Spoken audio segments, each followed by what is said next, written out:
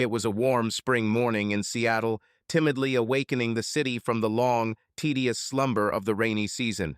The parks around Jason and Claire's small house on the outskirts of town were already dressed in fresh greenery, but there was still a dampness in the air, and the mug of coffee in Jason's hands was steaming lukewarmly, as if reminding him of the grayness of everyday life. He sat at the kitchen table, lazily leafing through the morning paper. The headlines, as always, were full of news of strikes, economic disputes, and gray skyscrapers that seemed to have forgotten what the sun was.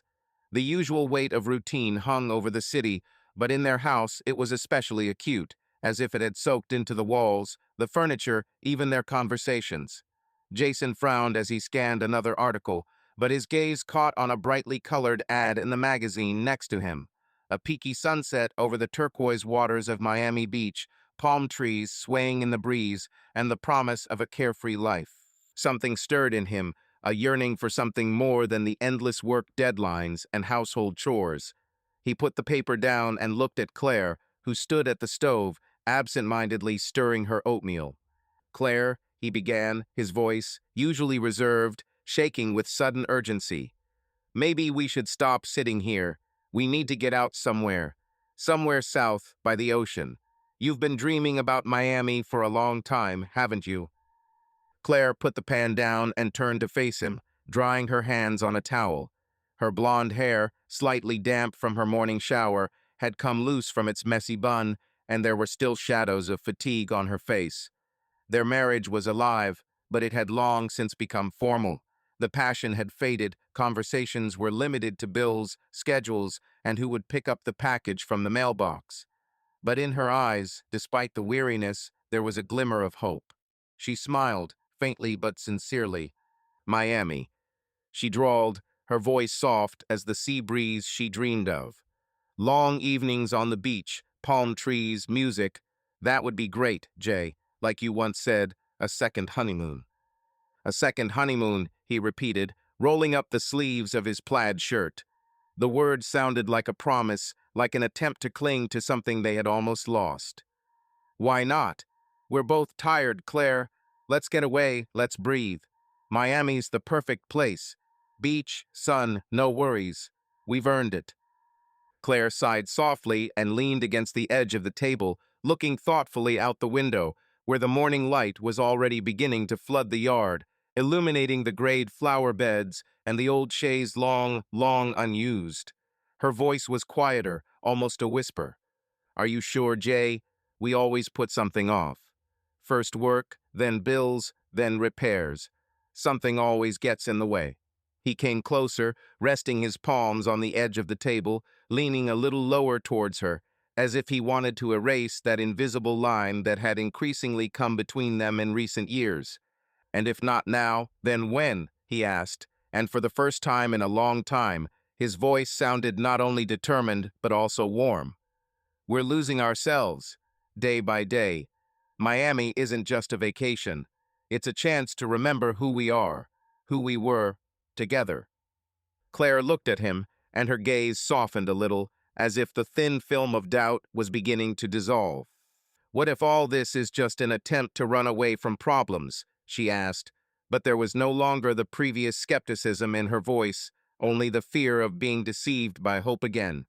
"Or maybe it's the opposite, a step forward, towards change, towards a life we can still build, Claire." He placed his hand on top of hers, warm, determined. "Not for the sake of the past, for the sake of what we can still have." She nodded slowly, squeezing his fingers back, her hands shaking slightly. Then, "Okay, let's go.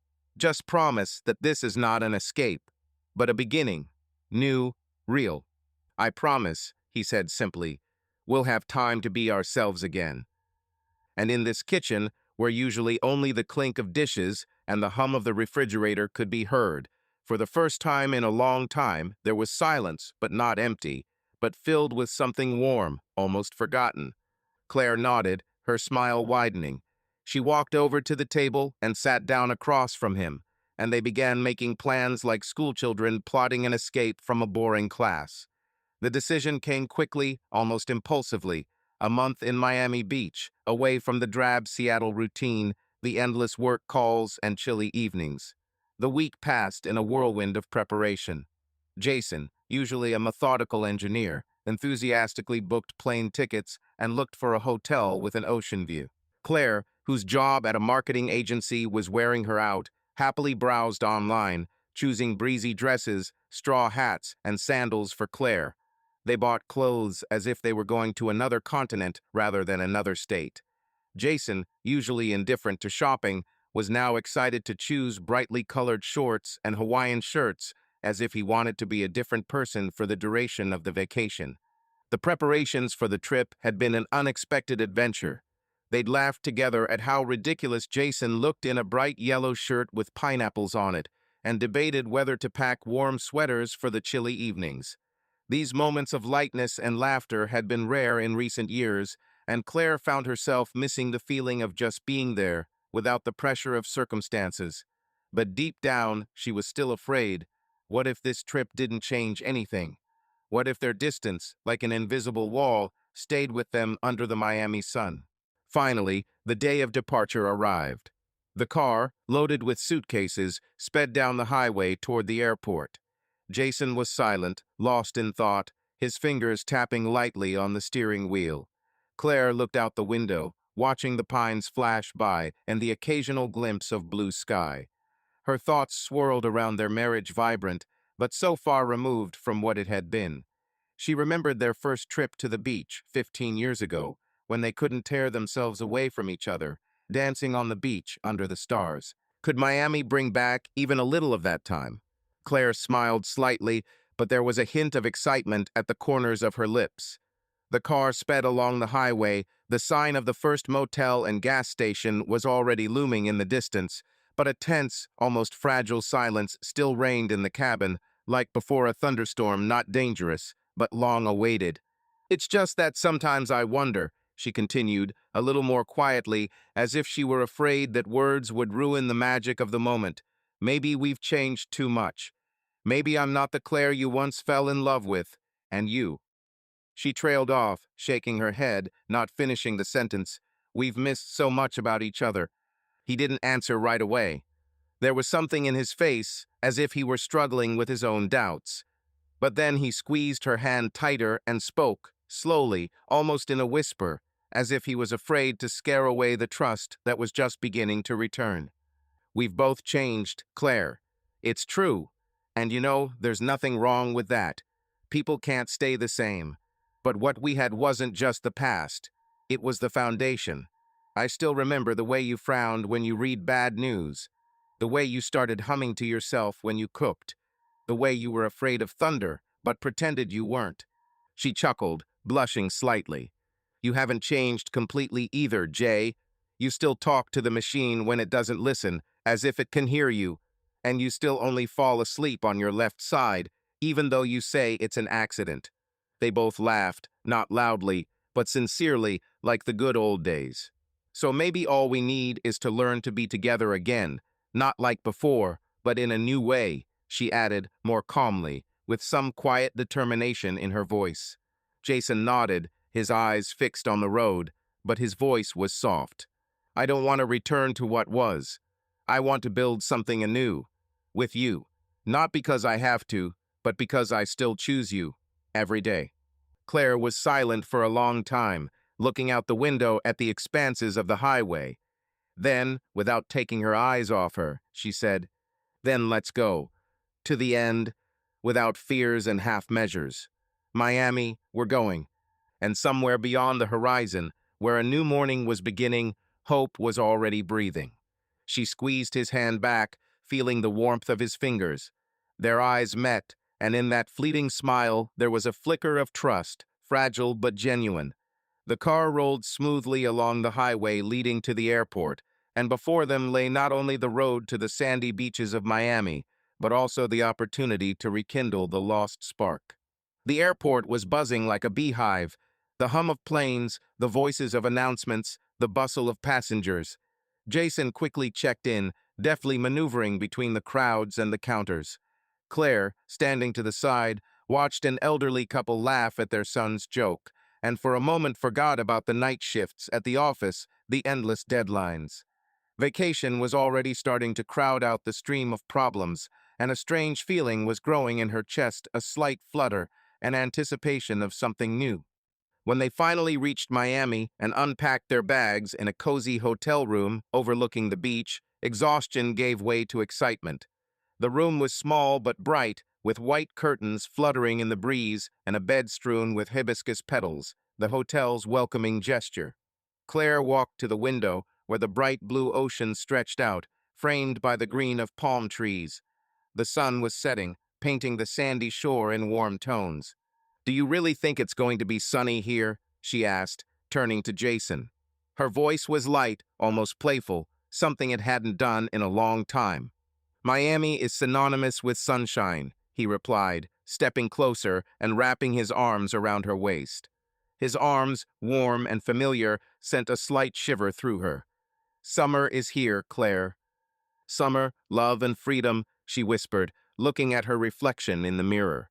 The light dress clung softly to her figure, and her bare feet touched the cool wooden floor. She patted her shoulder, feeling her heartbeat a little faster. She wanted to believe that this was a clean slate, a new chance. They spent the evening on the hotel terrace, watching the sunset while Latin music wafted from the restaurant. A light ocean breeze brought the scents of salt and flowers, and a waiter in a crisp white shirt set candles on the table, their soft flames reflecting in the wine glasses. Jason took Claire's hand, his eyes glittering in the light of the lanterns hanging above the terrace. "You know," he said quietly, almost in a whisper, "I missed your laughter. The way you look at the world as if it were full of wonders." Claire felt a warmth in her chest. She looked into his eyes, seeing in them a reflection of the same Jason who had once read poetry to her under the stars. "I missed you too," she replied, squeezing his hand. "We missed you." Their dinner was simple but full of flavor: fried shrimp, a fresh mango salad, and a cold wine that felt pleasantly cold in the back of their throats. They talked about small things, the funny signs at the airport, the time Claire had almost forgotten her sunglasses, their plans for tomorrow. But there was something new, something alive in these conversations. They laughed, remembering the time they had been stuck in an elevator on their honeymoon, and how Jason had tried to lighten the mood by pretending to be an opera singer. Claire had laughed until she cried, and now, looking at him, she found herself wanting to hear his laughter again, his voice, his warmth. Night fell softly, enveloping them in the scents of the sea and the sounds of distant music. They sat at a table, holding hands, and there was more to the gesture than just habit. It was a promise, vague, tremulous, but full of hope. Their forbidden summer had begun with quiet tenderness, with unspoken words and timid steps toward each other. Miami lay before them like an open book, and they were ready to turn the page. The next morning, the Miami sun rose with a bold confidence, filling Jason and Claire's room with a golden light that seemed to penetrate every crevice of their cozy suite. Outside, the waves lazily rolled onto the shore, their rhythmic whisper mingling with the distant cries of seagulls, creating a melody that promised freedom. Claire stretched in bed, feeling the warmth of the sun on her skin, and smiled. For the first time in a long time, she woke up without thoughts of work emails or a to-do list. She turned to Jason, who was already standing at the mirror, adjusting the belt of his new shorts and humming. Claire, still in her light cotton robe, walked to the balcony door and swung it open, letting in a rush of salty, humid air, filled with the roar of the surf and the chirping of seagulls. It was a clear morning, the sun rising above the horizon, casting a golden glow over everything. She stretched, yawned, and turned to Jason. "Good morning." Her voice was a little hoarse from sleep, but there was already a lightness in it. "It smells like coffee and the ocean. How did you even manage to wake up before me?" He sat on the edge of the bed, pulling on his t-shirt, and looked at her with a tired grin. "I woke up not because I slept enough," he muttered, "but because a seagull dropped something right on the balcony. It was, I think, someone's beer bottle cap. Did you hear that?" Claire snorted, came closer, and, passing by, slapped him on the shoulder with a towel. "Miami," they said. "Paradise," they said. Seagulls at 6 in the morning a bonus. He grabbed her wrist and, pulling her a little closer, smiled warmer, with real interest. Okay, but seriously, today you promise to show how well you can stand on the board. Or do you want to, accidentally, forget about it again? She sat down next to him, twisting the towel into a ball, and frowned with exaggerated seriousness. First of all, I never promised. Secondly, I have an injury. The bed was too comfortable. And thirdly, she looked at him with a playful squint. Do you seriously think that I will get into the water without drinking normal coffee? So, coffee, then the beach, then surfing. I wrote it down. He nodded, feigning an important businesslike manner. And would jokes about surfing go with coffee? Claire raised an eyebrow, reached for the cup on the nightstand, took a sip, and answered without looking. Only if they are no worse than the ones you told at the New Year's party. Although no, worse is already impossible. That was a classic, Jason said, mock indignantly. Who doesn't laugh at the joke? Why doesn't a surfer write a diary? Because the waves carry him away. She coughed with laughter, almost spilling her coffee. God, that was terrible. But you're laughing, he said, finally fully awake. She nodded, looking at him with a light, not yet habitual, but so sincere warmth. Because I'm with you, and because, screw it, surfing. The main thing is that you're trying again, and I'm laughing again. Breakfast at the hotel restaurant was light and aromatic. Freshly squeezed orange juice, an omelet with shrimp and avocado, a cup of green coffee that smelled of grassy freshness.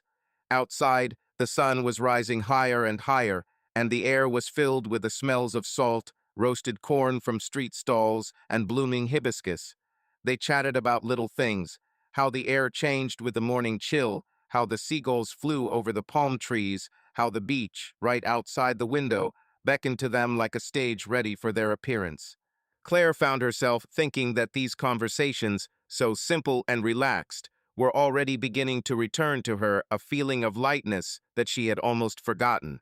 Come on, put on your bathing suit, Jason said, finishing his coffee. It's time to really embrace this summer. Claire nodded, anticipation swelling in her chest. She chose a light blue bathing suit she had bought especially for this trip and threw a translucent paro over it.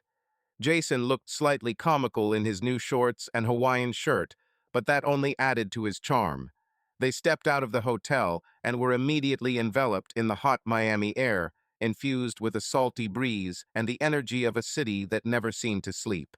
The beach greeted them with an endless stretch of golden sand and the rhythmic lap of the waves. Claire kicked off her sandals, letting the warm sand hug her bare feet, and took a deep breath. The sea was just as she had imagined, a bright turquoise with soft waves that lazily licked the shore, leaving a wet sheen in their wake. Jason, throwing aside his usual reserve, threw off his shirt and stepped into the water, giving her a mischievous look. So, are you ready? He called, already ankle-deep in water. Or are you just going to admire the view? Claire laughed and followed him. The water was cool but pleasant, softly enveloping her legs, washing away any remaining tension. They splashed like children, letting the waves push them together. Jason caught her by the waist, and for a moment their laughter blended with the sound of the surf. It wasn't the passionate embrace they'd shared in the early years of their marriage, but there was a warmth to the gesture, a closeness that reminded Claire why she still loved him. An hour later, they were sitting on beach towels under a large umbrella. Jason had his phone out, checking his work chats despite their agreement to leave work behind. Claire considered making a comment, but decided against it, deciding not to ruin the moment. Instead, she turned to the ocean, watching a group of young people carrying surfboards toward the water. Their movements were confident, almost dance-like, and their laughter echoed across the beach, mixing with the cries of seagulls. There was one guy in particular tall, with bronze skin glistening from the sun and dark blonde hair that curled slightly from the salt water. He carried his board under his arm, and his movements were so effortless, as if he were part of the beach, part of the ocean itself. Claire found herself looking at him a little longer than she should have. His name was Ryder. She heard one of his friends call out the name as he caught a wave and glided across it with the grace of a dancer. "Look, Claire, local surfers," Jason said, looking up from his phone and following her gaze. "I think the show's about to start." Claire smiled, but her gaze returned to Ryder. He had emerged from the water, shaking water droplets from his hair, and their eyes met for a second. There was a cheeky, genuine playfulness in his gaze that made her heart skip a beat. She quickly looked away, feeling her cheeks flush slightly. "Have you picked out your Caribbean prince yet?" Jason teased, noticing her confusion. His tone was light, but there was a hint of something in it that Claire couldn't immediately identify. "Oh, come on," she waved it off, trying to hide her awkwardness. "I'm just curious to see how they skate." "Well, let's try it ourselves then," Jason suggested, standing up and holding out his hand to her. "Come on, I've seen them do it. It's not that hard." They headed for the water, where Jason, with the enthusiasm of a beginner, tried to explain the basics of surfing to Claire, based on the videos he had watched the day before. He showed her how to hold the board, how to catch a wave, how to stand up. Claire, laughing, tried to follow his instructions, but her first attempts ended with her falling into the water. However, when she finally caught a small wave and rode a few meters, she was overcome with euphoria. The wind ruffled her hair, the salt water splashed her face, and in that moment she felt alive, free, almost young. Jason applauded from the shore, his face alight with pride. "Well done, Claire," he shouted as she climbed out of the water, laughing. "You're a natural surfer." She pushed her wet hair out of her face, feeling the blood rushing through her veins. "That was incredible," she breathed, stretching her body. The sun warmed her skin, and she suddenly realized how light she hadn't felt in a long time. And then she noticed Ryder standing nearby, watching her with a slight smile. He came closer, holding the board under his arm, and his gray-blue eyes sparkled with the sun. "Not bad for the first time," he said, his voice warm and slightly husky. "I'm Ryder, and you?" "Claire," she replied, feeling her voice sound a little quieter than usual. "And this is Jason, my husband." Jason nodded, shaking Ryder's hand.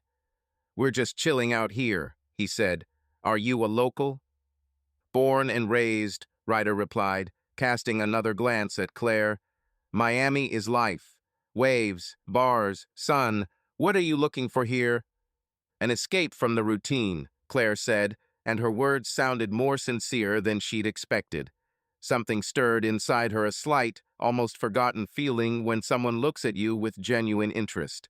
She suddenly realized that Ryder didn't see her as a wife or as someone working for a marketing agency, but as a woman, and the feeling was both exciting and terrifying. "Then you've come to the right place," Ryder smiled, and his smile was so open that Claire couldn't help but smile back. "There's something for everyone here. Want me to show you a couple of the local spots? There's a cafe nearby that has the best Cuban coffee." Jason rubbed his neck, his gaze growing slightly wary. "We don't have much time," he said, though his tone was more polite than harsh. Claire looked at her husband, then at Ryder. "Don't worry, Jay," she said softly. "We're here to enjoy ourselves. Maybe Ryder knows something that will make our day even brighter." Jason shrugged, but there was a shadow of doubt in his eyes. "Okay, why not?" he agreed, and the three of them headed along the shore. Ryder was surprisingly easy to talk to. He talked about Miami with such passion, as if the city were an old friend. He showed them a small stand selling fresh coconuts and insisted that Claire try coconut water straight from the nut.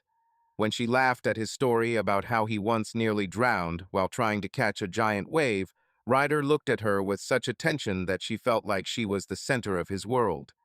Jason, lost in conversation about local restaurants, didn't notice the glances, but Claire felt them like gentle touches.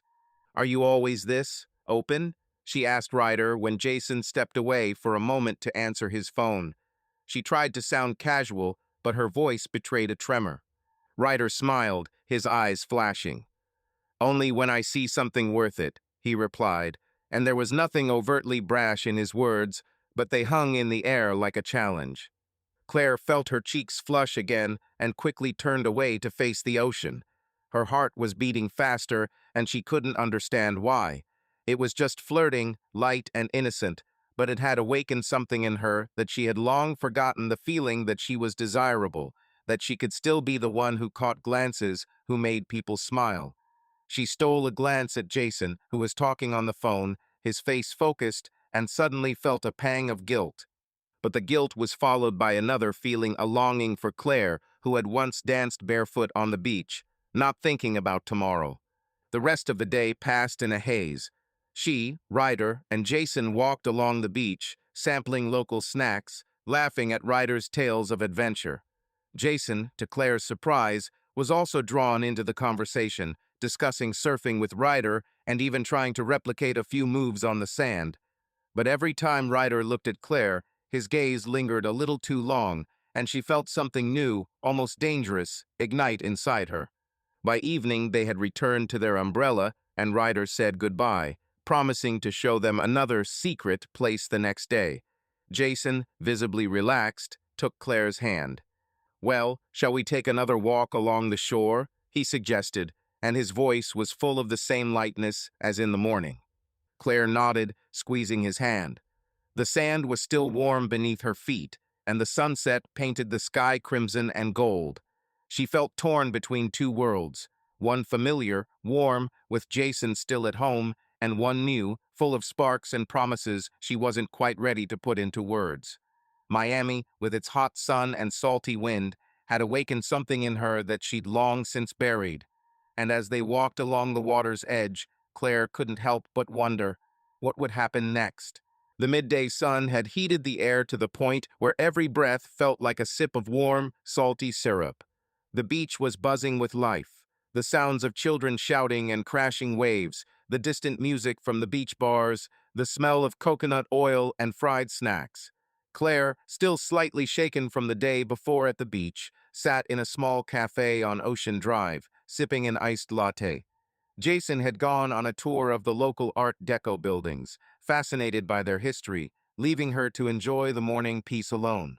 She leafed through a magazine she had found on the table, but her thoughts were elsewhere, in the glint in Ryder's eyes, in his easy, almost cheeky smile, in the way he looked at her as if he saw not Jason's wife, but a woman full of fire. Claire leaned back in her chair, her light dress slightly clinging to her skin in the heat, her hair in a loose bun falling down her neck. She tried to focus on an article about local festivals, but her gaze kept wandering to the ocean visible through the cafe's wide windows. And then, as if from a Hollywood script, she noticed a familiar figure standing at the entrance. Ryder, in his signature floral shorts and white tank top, casually strolled into the cafe, his hair damp as if he'd just stepped out of the water. He glanced around the room, and their eyes met. His smile flared like a ray of sunlight reflecting off a wave.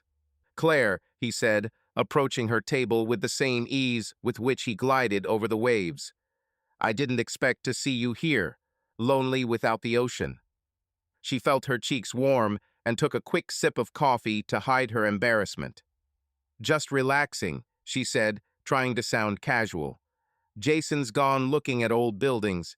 Do you always show up where you're not wanted?" Ryder laughed, a low, almost husky sound that Claire could feel echoing in her chest. "Maybe it's fate," he said with a wink, and without asking permission, he pulled up a chair and sat down across from her. "Or maybe Miami is just too small."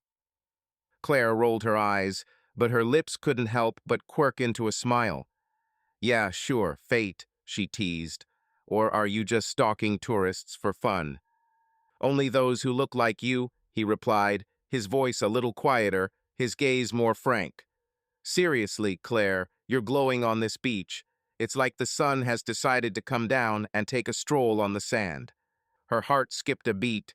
She was used to Jason's compliments, but these were different, warm, familiar, almost familial.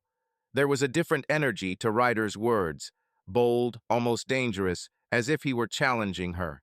She wanted to brush it off, to say something light and witty, but instead she just looked at him, feeling her usual confidence dissolve under his gaze. "Do you always talk like that to strangers?" she asked, trying to bring the conversation back to a safer direction.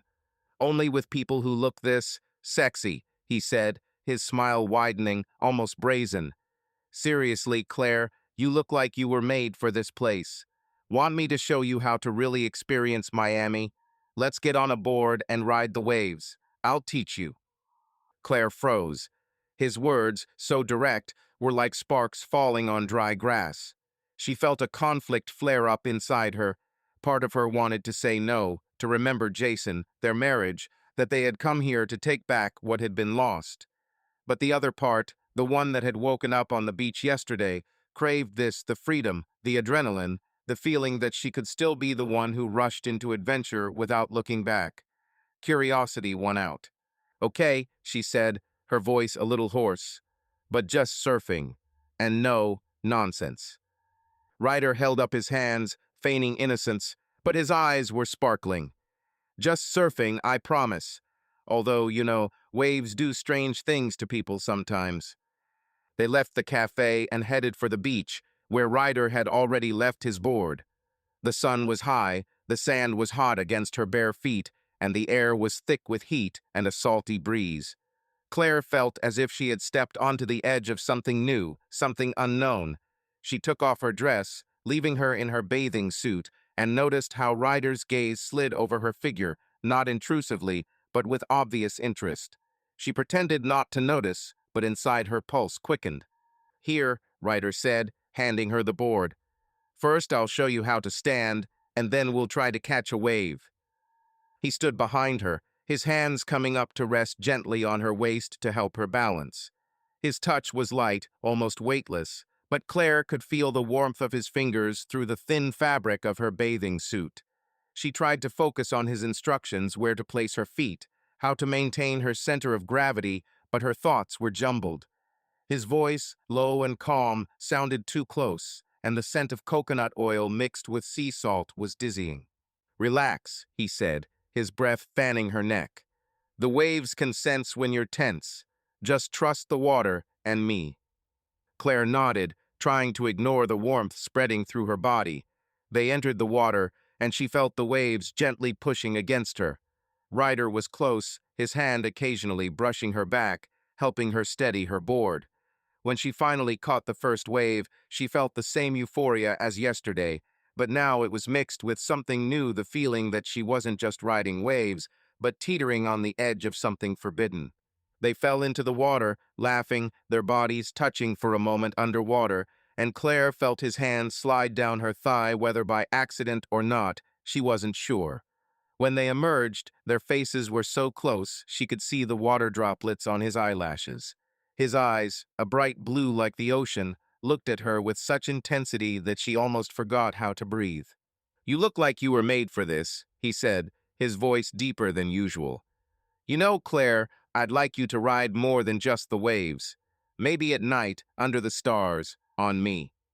His words, half whispered, slightly hoarse, hit like a wave. Claire felt her face flush, but she couldn't help but smile. It was a joke, but there was a spark in it that made it dangerous. She wanted to protest, to say something harsh, but instead she laughed, spitting out salt water. You're too self-confident, she said, trying to bring lightness back into her voice. I'm married, in case you hadn't noticed. Oh, I noticed, he said, his smile widening. But that doesn't mean you can't have fun. Miami is made for forgetting the rules.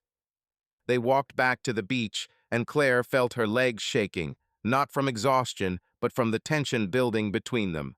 Ryder suggested they rest in the shade of a palm tree, and she agreed, even though her mind was screaming at her that it was a mistake. They sat down on the sand, and he pulled a bottle of water from his bag, handing it to Claire. As she drank, his knee accidentally brushed against hers, and she felt a jolt run through her skin. Let me put some cream on you, he said, taking out a tube of sunscreen. I don't want you to get burned on the first day. Claire wanted to refuse, but instead she nodded. His hands, strong and warm, slid over her shoulders, her back, between her shoulder blades. The scent of coconut mingled with the smell of the sea, and she closed her eyes, allowing herself to lose herself in the sensation for a moment. His fingers moved slowly, almost caressingly, and each of his gestures was on the edge of innocence and something more. She felt her breathing become uneven, a heat unrelated to the sun spreading through her body. Claire felt his fingers slow at the edge of her bathing suit, and her heart began to pound.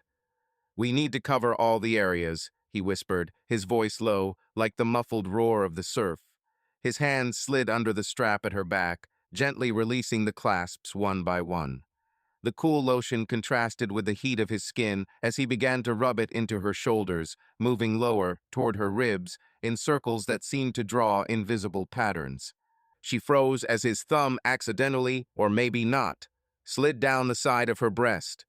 "Wait," she tried, but the words were lost in the sound of the waves. "Don't move," he leaned down, his lips almost touching her ear as the cream spread over the sensitive skin, slowly, too slowly, tracing the contours of his palm beneath her breast, then above, slicking each swell with such care as if it were a sacred ritual. Claire pressed her back into his chest, trying to hide her trembling.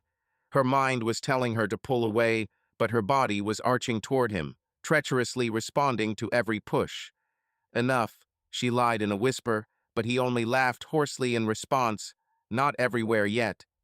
His palm moved lower to her stomach, and Claire found herself praying that he wouldn't stop, even if tomorrow meant blushing under the gaze of her beach neighbors. Salt on her lips, coconut on her skin, and a storm inside, ready to tear down all inhibitions from the very first day. "Don't be afraid," he whispered, his voice so close she could feel his breath on her ear. "I just want you to feel alive." Claire opened her eyes and looked at him. His face was so close she could see every feature: the light stubble on his chin, the drops of water running down his temple. She wanted to pull away, but her body didn't seem to obey. Conflict raged inside her.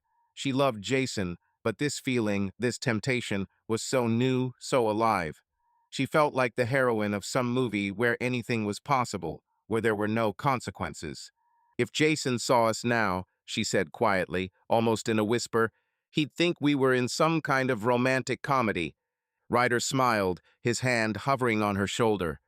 "Would you like it to be a fairy tale, where you're the queen and I'm, well, your loyal knight?" She laughed, but it was a nervous laugh. "You're getting too much," she said, trying to regain control. "I'm not a queen, and you're definitely not a knight." "Maybe not a knight," he agreed, leaning a little closer.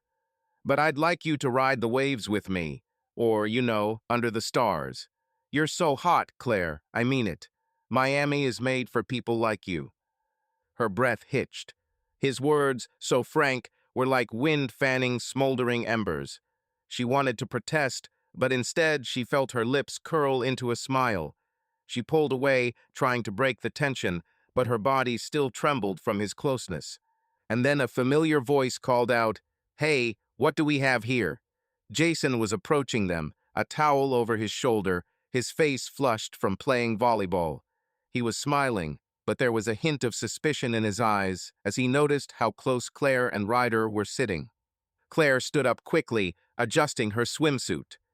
"It's okay, Jay," she said, trying to sound confident. "Ryder taught me how to surf. It was fun." Jason nodded, but his gaze lingered on Ryder. "Fun, huh?" he said, his tone friendly but slightly forced. "Come on, Claire, I'm hungry as a shark. Time to find something to eat." Ryder stood up, brushing sand from his shorts. "See you around, Claire," he said with a wink, "and think about that night ride." Claire felt her cheeks heat up again, but she just nodded and took Jason's hand. They walked toward the hotel, his palm warm and familiar, but there was something new in the air between them, something unsaid, a shadow of doubt. Claire felt like she was teetering on the edge of a precipice. Ryder had awakened something in her that she had long since buried, the desire to be seen, to be wanted, to be alive. But every step she took with Jason reminded her that she still loved him, despite their distance. That evening, Claire sat on the hotel balcony and watched the sunset turn the ocean crimson. Jason sat next to her, sipping a beer and telling her about the buildings he'd seen that day. His voice was calm, but she could tell he'd noticed something, felt something. She wanted to tell him about Ryder, how his words had made her heart beat faster, but the words stuck in her throat. Instead, she simply took his hand and said, "I'm glad we're here, Jay. This is what we need." He looked at her, and there was a mixture of tenderness and something she couldn't quite place in his eyes. "Me too, Claire," he said quietly. "Let's not lose this." But deep down, Claire knew that the sparks Ryder had ignited wouldn't go out that easily. Miami, with its heat and freedom, was not only a refuge for her, but also a temptation she wasn't sure she could overcome. The night in Miami was warm and humid, filled with the scents of the sea and blooming jasmine wafting from the hotel terrace. Claire lay in bed, her body buried in soft sheets, but sleep would not come. Jason was snoring quietly next to her, his hand resting on the pillow, barely touching her shoulder. The moonlight, filtering through the thin curtains, drew silver patterns on the ceiling, and in this silence her thoughts swirled like waves rolling onto the shore. She closed her eyes, but instead of darkness, an image of Ryder appeared before her, his bronze skin, glistening from the water, gray-blue eyes sparkling with audacious confidence, and that smile that seemed to promise everything and nothing at once. His words from that afternoon on the beach, "You're so sexy, Claire, I'd like you to ride me under the stars," played in her head like a song she couldn't forget. She rolled over, trying to push the thoughts away, but they came back, insistent as the surf. Claire felt her body respond to the images.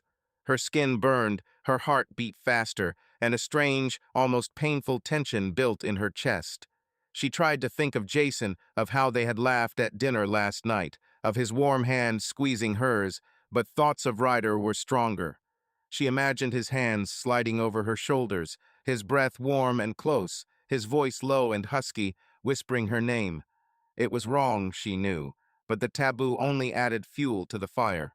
She clutched the sheets, trying to stop herself from shaking, but her body seemed to have a life of its own, a rhythm she couldn't control.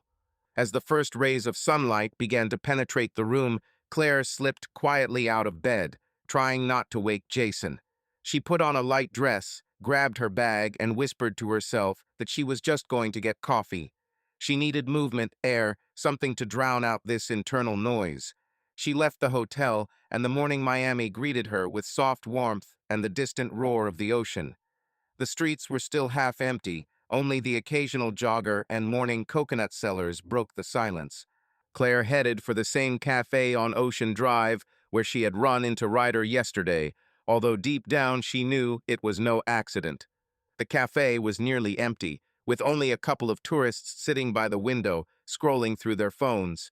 Claire ordered a latte, but her gaze couldn't help but wander around the room, searching for a familiar silhouette. And as if on cue, there he was. Ryder walked in, his hair disheveled, a skateboard in his hands. His eyes found hers immediately, and a smile, the one that had made her pulse quicken, blossomed on his face. "Claire," he said, approaching her table unhurriedly, as if everything that was happening had been predetermined. "You're early today. Can't sleep?" Claire looked up from her cup and tried to smile, despite the slight trembling in her hands.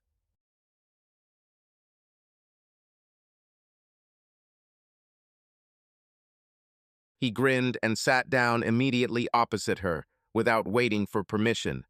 His movements were light, confident, like those of a man who knew he was welcome, even if no one said it out loud. "Almost," he said. "The place should be tipping me for my loyalty. But you know, my coffee is better at home, and the view is just as good. Want to check it out?" Claire looked away, staring at the tabletop where a drop of coffee was slowly dripping down the white ceramic. Her heart was pounding louder, a soft hum in her ears. She knew this was the moment where everything could change, where she could stand up, apologize, and leave. Return to Jason, to his soft words, to their shared struggle for the elusive we. But when she opened her mouth, her voice did not sound as she expected, too calm, even confident. "Why not?" Ryder narrowed his eyes and smiled wider. There was a spark in his eyes, not just joy, but excitement, like a man who had made the right bet and seen the cards fall in his favor. "That's closer to the truth," he said, rising from his chair. You knew we'd come to this. You're too self-confident, she tried to joke, getting up too, although she felt like her legs had become weak. Perhaps, he nodded, but not more confident than you are at this moment. You could have said no, but you didn't. Claire fell silent, not knowing what to say. Everything inside her screamed that what was happening was wrong, but that didn't stop the desire from flaring up hotter. Is it far to go? She asked to break the silence. 2 minutes. Along the embankment. Don't worry, I'm not trying to trap you, he added with an ironic smile. Just coffee. Well, for now. You were never good at hunting, she muttered, already taking the first step. I just don't like wasting time on games, he replied. And you? Claire didn't answer. She walked next to him, feeling her steps becoming lighter and lighter, and in her chest, along with anxiety, that same thirst for something real, something rash, was growing. She knew there were consequences. But now she chose not logic, but her pulse. His apartment was a few blocks from the beach, in an old house with peeling paint and a narrow staircase that smelled of salt and old wood. It was cramped but cozy inside. Photographs of waves and surfboards adorned the walls, skateboards and a couple of guitars littered the floor, and a window overlooked the ocean. Ryder turned on the coffee maker, but his gaze was fixed on Claire, and she could feel the air between them growing heavy, as if before a storm. It's a nice place, she said, to fill the silence. Her voice wavered like a flickering candle flame. She stood at the window, trying to focus on the horizon, the steady lines of the waves, but everything in her body was unstable, from her breathing to her fingers gripping the edge of the sill. It's not as fancy as your hotel, but I like it, he said, his voice lower, closer. Ryder came closer, almost touching her, his shadow falling on her back. Claire, you look like you're scared. Don't be scared. You're not just here to be polite, are you? She turned slowly. Their eyes met, and everything around them, the furniture, the sound of the sea, even her moral constructs disappeared. There was a challenge in his eyes, there was fire, there was genuine thirst, and something more. Something that made her feel both scared and sweet. I don't know why I came, she whispered, uncertainty. Maybe to feel alive. Then don't run away, he said softly, and took a step forward, covering the last centimeters. She didn't know who pulled whom first. Was it him, who had his arms around her waist, or she, whose hands had found his neck, whose fingers were already sinking into his hair? Their lips met without words, without agreements, without caution. The kiss flared up like a spark in dry grass, greedy, hot, without a trace. Everything she had been holding back for weeks, months, was now bursting out. His hands slid down her back, pulling her dress open as if to rip away every layer of guilt and fear. She leaned back, letting him kiss her neck, her collarbone, her shoulders. Everything about her responded to his touch with such ferocity that for a second she was afraid not for her body, but for herself. She no longer thought about Jason, or marriage, or right or wrong. There was only this moment, the heat, the breath, the hot friction of skin, like living, hungry creatures who had found each other at the wrong time, but too late to retreat. Ryder, she whispered between kisses. But he didn't answer, he just looked up at her, his gaze sending shivers down her spine. Don't stop yourself, Claire, he said. Nobody's watching, nobody's judging. Just you, just me. And she allowed herself to forget everything, at least for an hour, at least for a night, at least until the morning brought light again and the consequences. They fell onto the couch, their bodies tangled together, damp with heat and desire. His lips slid down her neck, her shoulders, and her fingers dug into his back, leaving marks. It wasn't gentle, it wasn't romantic, it was a storm, unbridled and wild. Claire felt every cell in her body come alive, losing herself in this moment, forgetting about Jason, about marriage, about who she was supposed to be. Ryder whispered her name, his voice husky, and every word only fueled the fire inside her. You're so, Claire, he whispered, his lips brushing her ear. So alive, so sexy. I want you to forget everything but that. And she forgot. In that moment, there were only his hands, his breath, his body pressed against hers. They moved in rhythm, like waves crashing on the shore, and each thrust was like a blow, breaking down the walls she had spent years building. She didn't think about the consequences, about what would happen when this moment was over. She was here now, and that was all that mattered. When it was over, they lay on the couch, their breathing heavy, their bodies still shaking from the experience. Claire stared at the ceiling, her mind slowly returning to reality. Reality hit her like a cold wave. She had cheated on Jason. She, who had always thought of herself as faithful, who had come to Miami to save their marriage, had just ruined everything they had come here for. The guilt was overwhelming, but there was something else behind it, a strange sense of release, as if she had finally allowed herself to be who she wanted, if only for a moment. Ryder lay with his head propped up on his hand, watching Claire move around the room, quickly, intently, but with an unnatural precision, as if each movement were an attempt to erase what had just happened. She fastened the clasps of her dress without looking in his direction, as if she were afraid that one look from him would pull her back again. "Are you okay?" he asked quietly, lazily running his hand down her thigh, but without the previous impudence. His voice had changed, there was no longer a playful challenge in it. Only caution remained, almost tenderness. Claire nodded without meeting his eyes. "Yes," she whispered, gathering her hair. "I just need to go." Her movements were jerky, as if she were putting herself back together from fragments. She turned around for a moment, there was no longer passion, no guilt, no hope in her eyes. Only emptiness, covered with politeness. "Claire," he began, rising, "wait." She raised her hand, not letting him finish.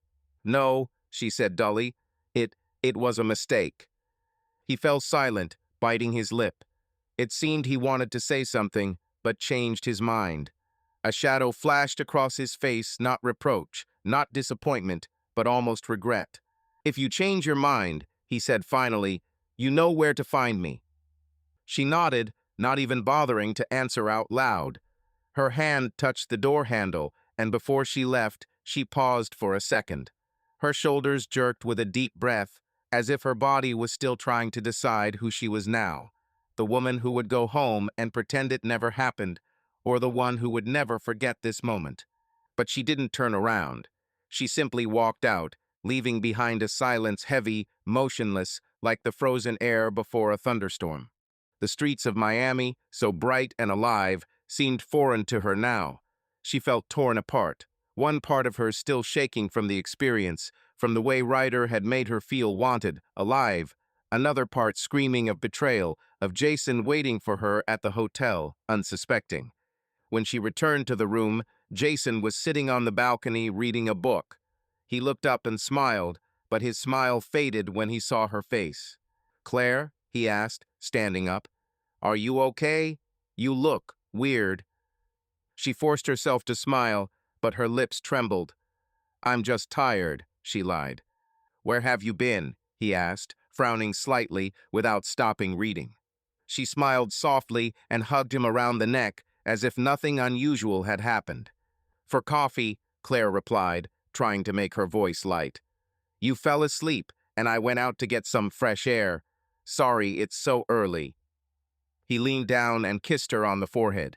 "Don't worry," he said kindly. "You just decided to get up early." She nodded and sat down opposite him, feigning sleepiness. A slight blush ran across her cheeks, from excitement and shame at the same time. Jason noticed it, but waved it off. "Everything is fine." He moved the candle with the flame closer to her to soften the shadows under her eyes. "It's still morning. We can sleep a little longer." Claire settled herself more comfortably in the wooden chair, crossing her legs and resting her hands on her knees. Her movements were relaxed, but her insides were clenched not from fear of being found out, but from that strange heaviness that comes when the heart knows more than it should. Jason put the newspaper down and squinted, examining her face more closely. "You look different," he said slowly. "Tired, or, on the contrary, like you had a good dream." She quickly looked away, looking somewhere beyond the veranda railing, where the wind was fluttering the palm leaves. It's just that the morning turned out to be more beautiful than I expected, she said, trying to sound natural. And the coffee is good, and the air, such a rare combination. He nodded, listening to her words, as if he was trying to understand not only what she said, but also what not said. I like it when you talk like that, he admitted unexpectedly. It's like you feel again. Lately, it's like you've been hiding from everything. Claire tensed, but then forced herself to smile. I guess I just haven't allowed myself to disappear anywhere for a long time, she said quietly. Not for an hour, not for the morning. I've always tried to be in place. And now, suddenly, I've disappeared. Not for long. He took her hand and squeezed her fingers in his. Disappear if you must, he said with a hint of sadness. Just come back to me. Always. The words hit her harder than she expected. He didn't know where she came back. I didn't know what. She squeezed his hand back, harder than she intended. I'm here, Jay, she whispered, almost losing her voice. For now, I'm here. He smiled and picked up the newspaper again, not noticing how her gaze lingered on him longer than usual. She wanted to forget Ryder's morning touch, but it still lived in her skin, and at the same time next to her sat a man who loved her for years, without pathos, without tragedies, just loved. Claire leaned back in her chair, closed her eyes, and allowed herself to dissolve for a moment in the sound of the waves. Between the past and the future there now existed only this shaky, slyly sunny moment, and her smile, stretched like a thin thread, on the verge of sincerity and lies. Claire chuckled to herself. They looked into each other's eyes, hiding behind smiles. It seemed as if this evening had never happened. Before dinner, they had exchanged only light phrases, what the dish would be, whether it was worth going to the beach. Inside, Claire was seething, but in front of her husband, she continued to play the role of a loving and caring wife. Everything went as usual. In the bathroom, she stood under the running water, trying to wash away Ryder's traces, his scent, his touch. But the longer she stood there, the more she realized it was impossible to wash away. She had cheated not only on Jason, but on herself. And yet, somewhere deep inside, she couldn't deny that this moment with Ryder was the most alive, the most real thing she had felt in years. That night, she and Jason had dinner at the hotel restaurant, and she tried to be the old Claire, laughing at his jokes, holding his hand, talking about their plans for tomorrow. But every time their eyes met, she felt guilt squeeze her heart. She knew she should tell him, but the words wouldn't come. Instead, she looked at him and wondered, could she ever get back what they had? Or had Miami, with its heat and temptation, changed her forever? Claire lay in bed, her body buried in the soft sheets, but sleep was as distant as the stars twinkling outside the window. Jason slept beside her, his breathing even almost inaudible, his hand on the pillow barely touching her shoulder. The moonlight filtered through the thin curtains, painting silver patterns on the ceiling, and in the silence her thoughts swirled like a whirlpool, drawing her deeper. She closed her eyes, but instead of peace, she saw Ryder, his bronze skin glistening with salt water, his gray-blue eyes sparkling with a bold confidence, and that smile that seemed to promise everything she was afraid to want. His words on the beach, "You're so sexy, Claire, I'd like you to ride me under the stars," played in her head like a melody she couldn't shake. She rolled over, trying to push the thoughts away, but they came back, insistent as the surf hitting the shore. Her body responded to the images despite her efforts to resist. Her skin burned, her heart beat faster, and a strange, almost painful tension built in her chest.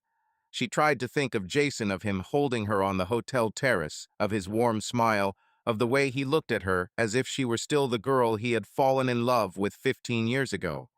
But thoughts of Ryder were stronger, brighter, filling her mind like the hot Miami sun filled the streets. She imagined his hands sliding over her shoulders, his breath warm and close, his voice low and husky as he whispered her name. It was wrong, she knew, but the forbiddenness only fueled the fire inside her. She clutched the sheets, trying to stop herself from shaking, but her body seemed to have a life of its own, obeying a rhythm she couldn't control. In the night, Jason stirred, his hand sliding around her waist, and he pulled her softly to him, holding her so carefully, as if he was afraid to wake her. His lips touched her ear, and he whispered, "I missed you. Really." Claire smiled involuntarily in the darkness, pressing herself closer, feeling the warmth of his body. His embrace was everything she had once valued. Calm, predictable tenderness, a sense of home.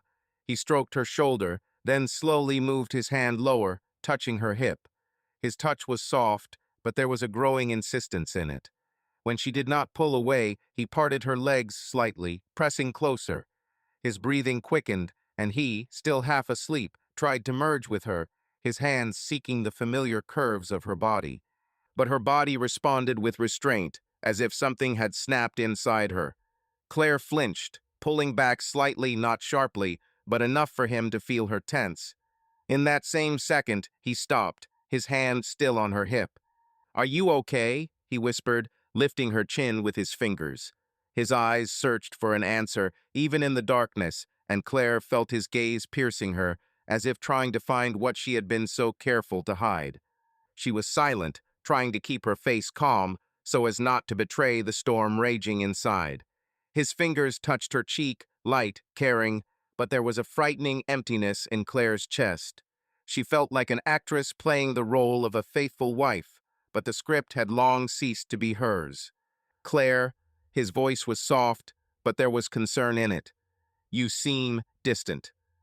She forced a smile, though her lips trembled. "I'm fine," she lied, her voice quiet, almost alien. "Just tired." He looked at her for a moment longer, his hand still on her waist, but she could feel him holding back, as if he was afraid of scaring her off. "Maybe not today," he said finally, his tone gentle but disappointing. "You look tired." Claire closed her eyes, the words cutting through her like a knife. She was tired indeed, but not from the day, but from herself. From her own double life, from the way her heart had been drawn to Ryder, to his bold freedom, to the way he made her feel alive. "I only feel alive with him," the thought flashed through her mind, sharp as a blade, cutting through her from the inside. With Jason, she was who she was supposed to be, a faithful wife, dependable, loving. But inside, she wanted more and more to breathe differently, to live differently, to be someone who wasn't afraid to throw herself into the deep end. "No," she whispered, her voice barely audible. "It's okay. Let's try." She didn't want this, not now, not like this, but the guilt in her heart was pushing her forward. She couldn't just turn away, couldn't let Jason know that something was wrong. She turned toward him, her hand on his chest, and she kissed him, trying to put everything she could into the kiss. But her movements were mechanical, as if she were fulfilling a duty rather than following a desire. Jason responded, his hands finding her body again and pulling her closer, his lips sliding down her neck, her shoulders. He was gentle as always, his touch familiar, almost ritualistic. But for Claire, it was different. Her body obeyed, but her mind was somewhere else in Ryder's cramped apartment, where the air was salty and passionate, where her skin burned beneath his hands and her heart pounded like it wanted to burst out of her chest. Sex with Jason was dead, mechanical, lacking the spark that had once lit their nights. She moved with him, but her thoughts were with someone else, someone who saw her not as a wife, not as the Claire she knew, but as a woman full of fire. When it was over, Jason hugged her, his breathing heavy but relieved. "I love you," he whispered into her hair. Claire squeezed his hand, but her heart clenched harder. "Me too," she said, but her voice was hollow, like an echo.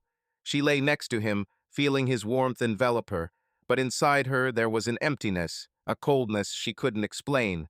She pretended to fall asleep, burying her face in the pillow to hide the tears that were welling up in her eyes. "I only feel alive with him," she repeated to herself over and over, the thought like poison slowly eating away at her. She remembered that morning in Ryder's apartment, his hands, his voice, his smell, everything that had made her feel like someone she hadn't been in years. She'd cheated on Jason, and the guilt was heavy as a stone, but underneath it was another feeling, a release, as if she were finally allowing herself to breathe deeply. In the morning, she woke before Jason, her body heavy, as if the night had stolen the last of her strength. She slipped quietly out of bed, put on a dress, and went out onto the balcony, where the morning air was still cool. The ocean sparkled in the first rays of sunlight, and Claire looked at it, trying to find answers. She wanted to be the Claire who loved Jason, who had come to Miami to save their marriage. But the other Claire, the one who had woken up under Ryder's gaze, was unwilling to back down. When Jason woke up, he found her on the balcony, clutching a cup of coffee she hadn't even drunk. "Good morning," he said, hugging her from behind. His voice was warm, but there was a hint of wariness in it. "You seem a little thoughtful today." Claire forced a smile as she turned to face him. "Just enjoying the view," she lied, her voice soft but empty. "This place, it makes you think." He nodded, not taking his eyes off her. "You know, I'm glad we're here. I think we're starting to come back to us." Her heart sank. She wanted to believe him, wanted to feel what he felt, but the truth was different. She nodded, clinging to him, but her thoughts were somewhere far away in the cramped apartment where she had lost herself and found herself at the same time. The day passed in a strange haze. They walked along the beach, ate lunch at a restaurant, laughed at Jason's jokes, but Claire felt like an actress playing a role. She held his hand, smiled when he looked at her, but inside she was torn apart. Guilt for what she had done mixed with longing for what she had felt with Ryder. She found herself looking for him in the crowd, on the beach, in the cafe, but he did not appear, and this only increased her inner discord. That evening they dined again at the hotel restaurant, and Claire tried to be her old self, the one who laughed at his stories, who looked at him with love. But every time their eyes met, she felt her mask crack. Jason seemed oblivious, but she saw a shadow in his gaze as if he knew something was wrong, but didn't want to admit it. When they got back to the room, he tried to get closer again. His hands slid over her body, his lips sought hers, but Claire felt her body resist. She wanted to pull away, to say she was tired, but instead she let him continue because it was easier than explaining. The sex was the same as last night, mechanical, without spark, and Claire closed her eyes, imagining Ryder, just to feel some kind of warmth. It was a betrayal, but she couldn't stop now. When it was over, Jason hugged her, his breathing even, and he whispered, "I love you, Claire." She squeezed his hand, but her voice trembled as she answered, "Me too." But in the darkness, lying next to him, she felt her heart tearing apart. "I only feel alive with him," she whispered to herself, and the thought was like a knife stabbing deeper. She pretended to fall asleep, burying her face in the pillow to hide the tears that stung her eyes. Jason hugged her goodbye and turned out the light, but Claire remained lying against the wall of the bed. His warmth surrounded her, but it no longer warmed her. "Do you think I did it in vain?" she whispered quietly to herself, trying to drown out the dull ache in her chest. The night seemed endless, and she waited for the sun to shine on her damned desire and maybe show her a way out. But deep down she knew there was no way out. Miami had changed her, and there was no turning back. Miami sparkled with its usual carefreeness. The waves lazily rolled onto the shore, the palm trees rustled in the warm breeze, and the streets were full of bright cafe signs and the laughter of tourists. But for Claire, these days were like walking through a minefield. She tried her best to control herself, pretending that her betrayal with Ryder was in the past, like a random dream that could be forgotten. She smiled at Jason, touched his hand when they walked along the beach, responded to his jokes with a light laugh, but every look into his eyes was like a prick, reminding her of her betrayal. Guilt burned her from the inside, but the fear that the truth would come out was stronger, forcing her to remain silent. She hoped that time would erase her mistake, that Miami would become just a bright memory, and they would return home to their usual life. But reality, as it turned out, was not so merciful. We are often silenced, but we choose to speak about what is kept silent, about what is really important, like this post if you care. And be sure to subscribe. There are many more true stories ahead that can change the way you look at everything. A few days after that fateful encounter with Ryder, Claire noticed that Jason had become unusually quiet. In the morning, he woke up later than usual, and instead of cheerfully suggesting going to the beach or a cafe, he sat on the edge of the bed, rubbing his temples. His face was paler than usual, and his movements were cautious, as if he were listening to something inside himself. Claire, standing by the window with a cup of cold coffee, felt her heart squeeze with foreboding. "Are you okay?" she asked, trying to sound casual, although her voice betrayed a tremor. Jason shrugged, his eyes unfocused. "I don't know," he muttered, rubbing his lower abdomen. "It's a weird burning sensation. Maybe the food at the restaurant last night wasn't fresh, or the ocean water's too cold." Claire swallowed, her fingers tightening around the cup, and she felt a chill run down her spine. His words sent a wave of panic through her, and she suddenly remembered articles she had once read briefly about the symptoms of venereal diseases.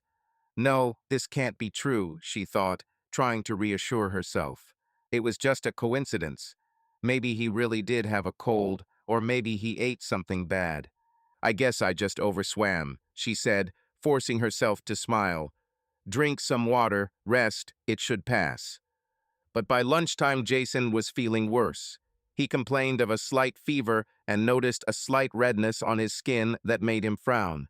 Claire saw him wince as he rose from the couch, and her worry turned to a sticky, cold fear that clenched her throat.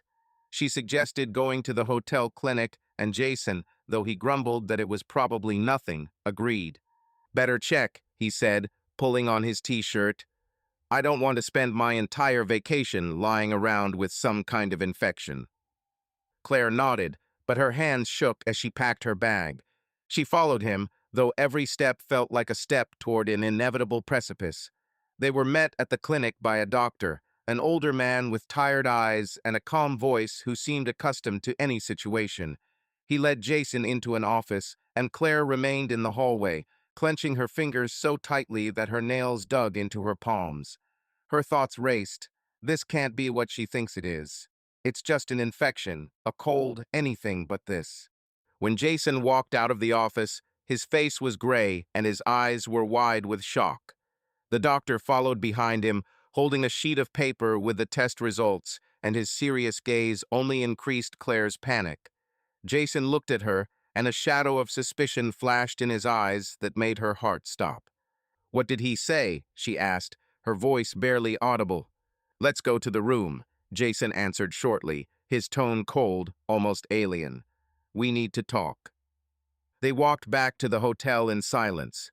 Claire felt the air between them grow heavy, as if before a storm. Jason walked ahead, his shoulders tense, his steps sharp. When they entered the room, he closed the door and turned to her, his eyes full of pain and anger. "I have gonorrhea, Claire," he said, his voice shaking with suppressed emotion. "A sexually transmitted disease. The doctor said it's only transmitted sexually. Explain to me how this could have happened." Claire felt the color drain from her face. Her legs buckled, and she leaned against the back of her chair to steady herself. Her ears began to ring, and her thoughts swirled like leaves in a hurricane. She knew what it meant. She knew where it came from, but the truth was too hard to say right now. This must be a mistake," she muttered, her voice weak, almost inaudible. "We've always been together. Maybe the tests were mixed up." Jason stepped toward her, his eyes flashing. "A mistake?" he snapped, his voice thick with sarcasm. "The doctor said it wasn't a mistake. It's not a cold, Claire. It's not the food. He trailed off, his voice breaking. "It means one of us was with someone else." Claire stepped back, her hands shaking and tears stinging her eyes. She wanted to lie, to say it was impossible, that she knew nothing, but his gaze, full of pain and distrust, was like a knife piercing her heart. She knew she couldn't hide any longer. "Jason, She began, but the words caught in her throat. She closed her eyes, trying to gather her strength, but the truth was already rushing out like water from a broken dam. "Have you been sleeping with someone?" he asked, his voice hoarse, almost pleading. "Claire, tell me it's not true. Look at me and tell me." She opened her eyes, but his gaze was so heavy she could barely breathe. There was pain in it, fear, and something else, hope that she would prove his worst suspicions wrong. but she couldn't. Not now. It's not like that, she breathed, her voice shaking. I didn't. We. But her words were unconvincing, and she saw Jason's face change.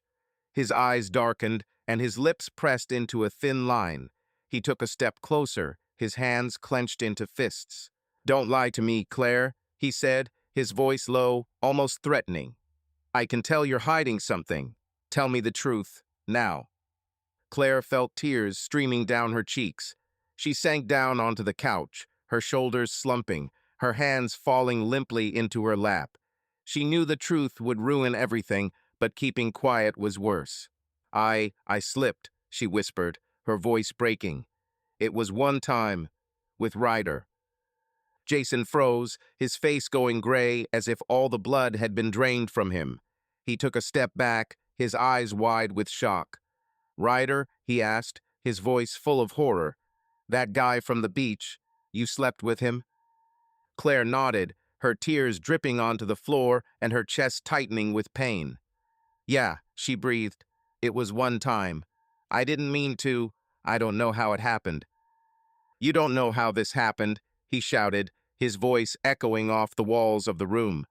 You went to him, Claire. You chose him, and now I'm infected because of you. Claire covered her face with her hands, her sobs tearing through the silence. I'm sorry, she sobbed. Jason, I didn't mean to. I was weak.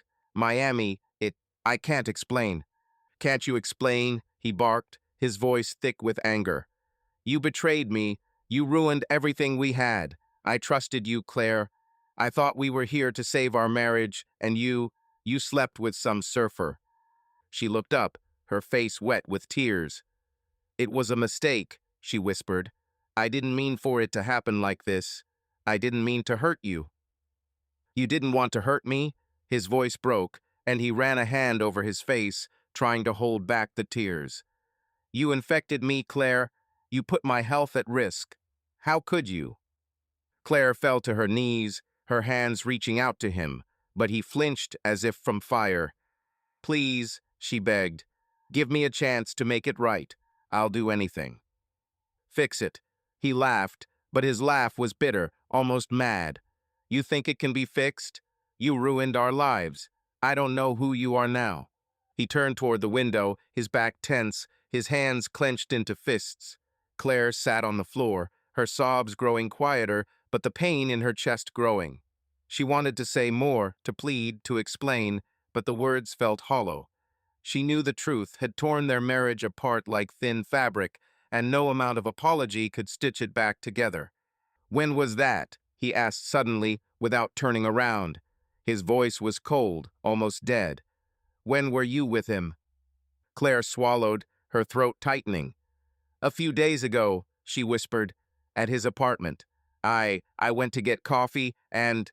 For coffee? He turned sharply, his eyes flashing. You went for coffee and ended up in his bed. Are you serious?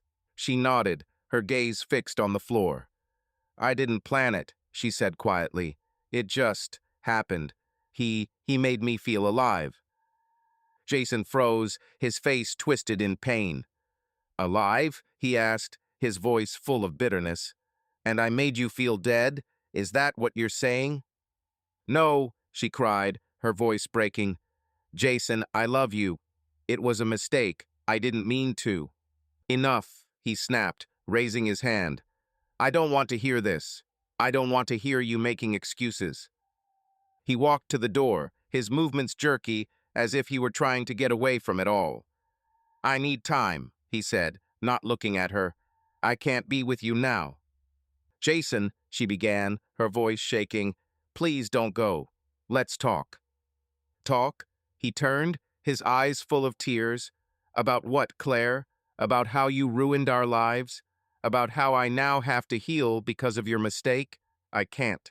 Not now. He closed the door behind him, and the click of the lock sounded louder than it should have, as if it had ended not just the conversation but her entire life. Claire was left sitting on the floor, where she had collapsed the moment she could no longer hold on, her arms wrapped weakly around her knees, as if they could hold everything that was crumbling inside her. The tears kept flowing, hot, salty, helpless, the kind that had been held back for too long. The room where his voice, his quiet laughter, the rustle of newspaper pages had recently sounded was now dead, cold, distant, as if it had thrown her away. Everything that was familiar and alive, coffee cups, dressing gowns, an open window overlooking the sea, their light conversations in the evenings, now seemed like a set for a scene of betrayal. And she an actress who had forgotten where the role ended and reality began. "I'm sorry," she whispered, barely audible, into the void. "Forgive me, Jason. I'm sorry I couldn't be strong." But with each new attempt the voice became quieter, until the words began to dissolve in the air, losing their meaning. "He won't hear. He won't hear anymore." She saw his face again, distorted with pain, his eyes like burnt glass. She remembered how he looked at her, trying to find at least a crumb of a lie in her confession, to cling to hope, and found nothing, only the truth. Defenseless, destructive. Claire pressed her cheek against the cool tiles. Her heart was clenching, as if someone was slowly squeezing it from the inside.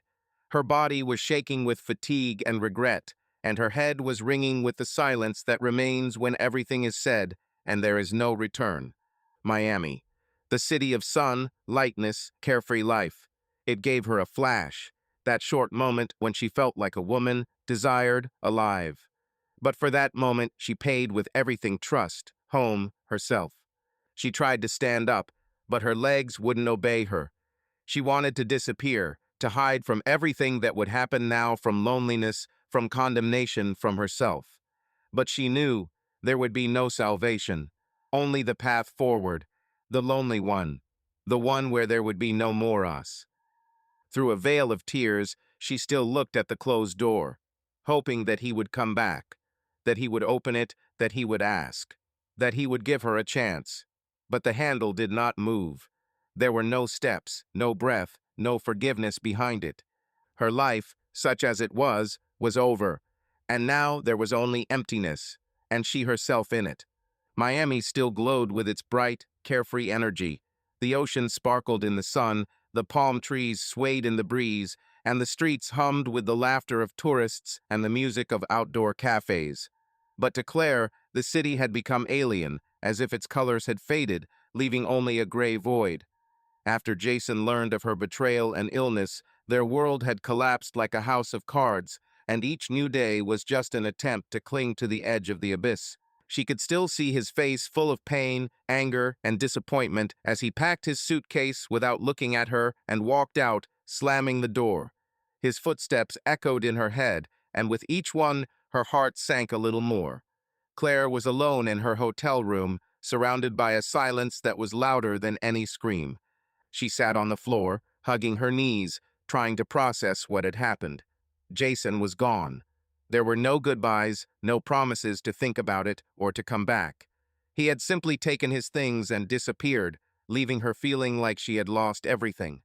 Claire didn't want to believe that their marriage, which they had spent years building, had ended so quickly, so hopelessly. She clung to the hope that he would call, that they could talk, that she could explain. But the phone was silent, and with each passing hour, the silence grew more deafening. Her hands shook as she tried to piece herself together. Guilt was like poison, slowly eating away at her, but underneath it was another emotion: rage. Rage at herself for giving in to temptation, for ruining her life for a fleeting impulse, and rage at Ryder, who had been the catalyst for this chaos. She remembered his cheeky smile, his words that had made her feel alive, and now they seemed like lies, empty promises that meant nothing. But deep down, she knew it was her choice that had led to this. She had stepped into the abyss, and now the fall was inevitable. Claire rose from the floor, her movements slow, almost mechanical. She looked at Jason's suitcase, which he had abandoned in his haste, and at her bag, still lying by the door. She needed to move, to do something, to keep from drowning in her thoughts. She grabbed her bag, threw a few things in it, a dress, a phone, a wallet, and walked out of the room. Her feet carried her toward the beach, to where she had first met Ryder, to where it all had begun. She didn't know what she wanted: an explanation, forgiveness, or just a chance to let the pain out. But she knew she had to see him. The beach was full of life. Children were building sandcastles, couples were strolling hand in hand, and somewhere in the distance, music was playing from a cafe. Claire walked along the shore, her bare feet sinking into the warm sand, but she barely noticed. Her gaze was searching for a familiar silhouette, and soon she found it. Ryder was sitting at a table in the same cafe on Ocean Drive where they had first met. He was not alone. A group of girls had gathered around him, their laughter ringing like bells, and he, beer in hand, had his arm around the waist of one of them, whispering something in her ear. His hair was tousled, and his smile was as cheeky as when he looked at Claire. Her heart sank as if someone had squeezed it in a fist. She stopped, feeling heat rise to her face. Ryder noticed her almost immediately, his green eyes sliding over her, surprise flashing in them for a moment, but then the usual mockery was replaced. "Claire," he said lazily, leaning back in his chair, "what brings you here? Want to join us?" Summer is in full swing, and Ryder knows how to live it. The girls around him grew quiet, their curious glances flickering from Claire to Ryder and back again. Claire felt her fists clench, a bitter lump forming in her throat. She wanted to scream, to hit him, to make him feel some of the pain that was tearing her apart inside. But instead her voice came out quiet, almost strangled. "What the?" she faltered, trying to find the words. "You said we were together." Ryder chuckled, his gaze cool, almost indifferent. "Look, Claire, I'm not marrying every tourist who comes to Miami," he said, shrugging. "Life is about pleasure, not commitment. I didn't promise you anything." His words were like a slap in the face. Claire felt her cheeks burn, and something heavy, almost unbearable, was building in her chest. "Pleasure?" she asked, her voice shaking. "So it was just a game? Everything you said, everything we did, it meant nothing." Ryder rolled his eyes, clearly losing his patience. "Claire, are you serious?" he said, setting the beer bottle down on the table. "I thought you understood. This is Miami, baby. Everyone's looking for a thrill here, and I'm no exception. You wanted adventure. I gave it to you. What else?" Her breath hitched, as if the air had grown too thick. She looked at him, at his relaxed posture, at the girls giggling as they glanced at her, and felt something inside her break. "I believed you," she whispered, her voice thick with pain. "I lost everything because of you. My marriage, my life." Ryder stood up abruptly, his face hardening. "Don't hang your problems on me," he snapped, his voice cold, almost angry. "You made your own choice, Claire. I didn't force you to come to me. You wanted this as much as I did. Now don't make a scene. This isn't a movie." His words hit her like a whip. She felt her legs go weak, and the world around her began to swim. "So I was nothing?" she asked, her voice barely audible. "Just another tourist?" Ryder looked at her, and there was no regret in his eyes. "You were great," he said, his voice softening but still mocking. "But I live in the moment, Claire. Money, the wind in my face, bright emotions, that's what I need. Everything else is just dust." Claire felt her heart break. She wanted to scream, to throw herself at him, to make him understand that he had ruined her life, but instead she just stood there, looking at him as if he were a stranger. He turned away, his attention already on the girls, who were laughing again, as if Claire and her pain were nothing more than a brief blip in their fun evening. "I have things to do," Ryder said, winking at one of the girls and raising his beer bottle. He didn't even look at Claire, as if she had already ceased to exist. Her legs buckled, and she grabbed the edge of the table to steady herself. The world around her went dark, and for a moment she thought she was going to lose consciousness. When she came to, the night had thickened and the cafe was empty. Ryder and his gang were gone, leaving only the smell of beer and the echo of their laughter. Claire sank down on a bench outside the cafe, her body shaking and tears streaming down her cheeks, mixing with the salty wind. She buried her face in her hands, her sobs quiet but full of pain.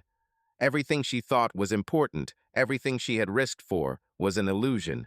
Jason was gone, taking their life together with him, and Ryder, the man who made her feel alive, was a player for whom she was nothing more than entertainment.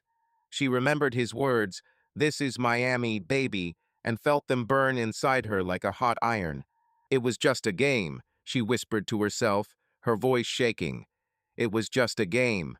But in this game, she had lost everything. Her marriage, her family, her self-respect.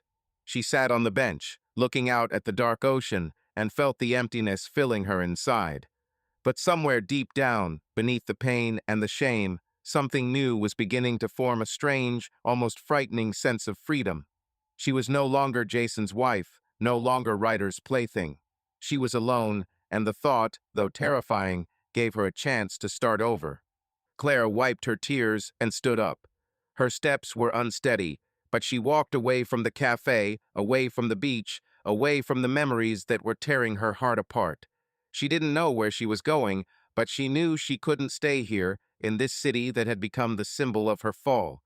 Miami had given her a moment when she felt alive, but it had taken everything she had in return.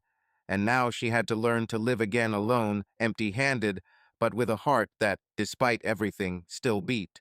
The last days of summer in Miami were filled with a heavy, almost tangible silence. The city continued to live its own life. The waves lazily rolled onto the shore, the palm trees rustled in the warm wind, and tourists filled the beaches and cafes, unaware that for some, this paradise had become hell. Claire sat alone in the room of the three-star hotel where she had moved after Jason left. The curtains were tightly drawn, the lights were off, and the room was immersed in semi-darkness that reflected her inner state. There was no comfort or warmth, here only cold emptiness, but, strangely enough, this brought her a strange relief. For the first time in a long time, she was alone, without the need to pretend, without the mask of the perfect wife, without the lies that had been suffocating her for the past weeks. Claire lay on her bed, staring at the ceiling where the streetlights cast strange shadows.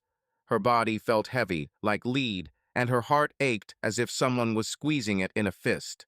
Shame, pain, bitterness, all of it mixed inside her like a toxic cocktail from which there was no escape. She remembered her life, her marriage, those moments when everything had seemed so simple and right. She remembered the way Jason had looked at her on their wedding day, his warm smile, his promises to love her forever. Back then, she had believed that their love was unbreakable, that they could overcome anything. But now those memories were like a knife piercing her chest, reminding her of what she had lost. Her betrayal with Ryder, the disease she gave Jason, his departure, it all merged into one endless nightmare from which she could not wake up. She remembered his face full of pain and anger when he found out the truth, his voice trembling with disappointment, his last words before he slammed the door, "I can't be with you." Those words echoed in her head like a sentence from which there was no appeal. Jason was gone, taking with him their life together, their dreams, their future. And now here she was, alone, in an empty room, trying to figure out how to move on. Claire rolled onto her side, her fingers clutching the edge of the pillowcase. Tears were streaming down her cheeks, leaving wet marks on the pillow. She felt crushed, but there was something else in the pain, a strange, almost frightening sense of release. For the first time in years, she allowed herself to be honest with herself. She was no longer the Claire who had to live up to expectations, who hid her desires and fears behind the mask of the perfect wife. That mask had cracked, shattered, and now there was only her vulnerable, broken, but real. Her thoughts kept returning to Ryder, to the way he made her feel alive, to his cheeky smile, to his touch that had reignited a fire in her that had long since died out in her marriage. But now she saw him for what he really was, a player to whom she was just another tourist, a passing distraction. His words, "This is Miami, baby," burned her like a hot iron, reminding her that she had fooled herself into believing in an illusion. She wanted to blame him, but deep down she knew it was her choice. She had stepped into this abyss, and now she was paying for it. Claire closed her eyes, trying to block out the flood of memories. She thought about her life before Miami, their suburban home where everything was so familiar and predictable, their morning breakfasts with Jason reading the paper and her making coffee, their quiet evenings watching TV. She had thought that this was happiness, then stability, security, familiarity. But somewhere deep inside, she felt an emptiness that grew with each passing year. She wanted more, she wanted to feel alive, and Miami, with its heat and freedom, had given her that. But the price had been too high. The night dragged on. Claire lay in the dark, listening to the distant roar of the ocean through the half-open window. Her body was exhausted, her mind was empty. She thought about how things might have been different if she hadn't gone for coffee that morning, if she hadn't met Ryder, if she hadn't given in to temptation. But those what-ifs were useless. The past couldn't be changed, and now she had to live with the consequences. In the morning, she woke to what she initially thought was a knock on the door. But it was just noise from the street, someone laughing, a car engine, the normal life of Miami going on despite her personal tragedy. Claire rose slowly from the bed, her body aching as if she had run a marathon. She walked to the mirror and looked at herself. Her face was pale, her eyes puffy from crying, and there were dark circles under them. The black mascara she hadn't washed off was smeared across her eyelashes, but it didn't matter. For the first time in a long time, she didn't care how she looked. Her reality was different real, with scars she no longer wanted to hide. On her nightstand was the envelope that had been handed to her at the front desk. She had noticed it yesterday, but had hesitated to open it. Now her hand shook as she picked it up. It was in Jason's familiar handwriting, neat and orderly, like everything he did. Claire swallowed, her heart pounding, and slowly tore it open. Inside was a piece of paper, folded in half. She unfolded it, and her eyes scanned the lines. Claire, I'm leaving forever. I can't live with lies and betrayals anymore. I'm filing for divorce on Wednesday. Come back. Jason. Her breath hitched, as if someone had punched her in the chest. A quiet "no" escaped her lips, and tears began to stream down her cheeks again, falling onto the paper. She reread the letter, hoping that the words would change, that there would be some hint of forgiveness, some possibility of making things right. But their cold simplicity was like a knife piercing her heart. I'm filing for divorce. Those words were the final verdict, severing the last threads that connected her to Jason. Claire sank down onto the bed, the letter falling from her hands and clattering to the floor. She covered her face with her hands, her sobs quiet but full of pain. She remembered his voice, his touch, his promises that now seemed so far away. He had been her rock, her home, and now that home had burned to the ground. She wanted to scream, to beg him to come back, but she knew it was useless. Jason had made his decision, and she couldn't blame him. She had ruined their marriage, and now she had to live with it. But amidst the pain and despair, something new began to form inside her. It wasn't relief or joy, but rather a quiet realization that it was over. The ending was painful, but it was honest. She no longer had to pretend, no longer had to wear a mask that was suffocating her. Her life, no matter how broken, was now hers alone. It was terrifying, but at the same time, strangely freeing. Claire picked up the letter from the floor and placed it on the nightstand. She walked to the window and pulled back the curtains, letting in bright sunlight.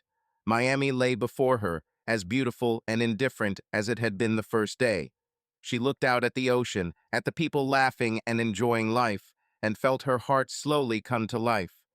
The pain was still there, but it was no longer the only thing that defined her. She returned to the mirror and looked at herself again.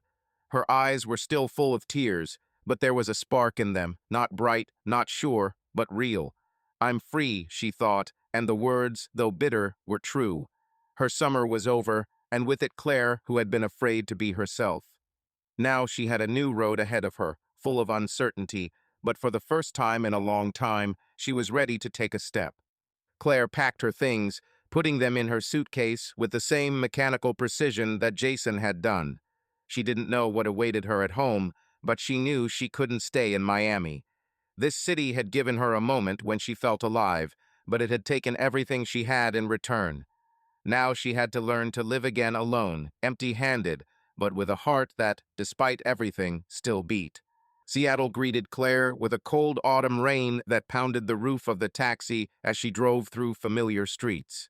Yellow leaves, soaked with water, clung to the sidewalks, and street lights reflected in puddles, creating shimmering pools of light.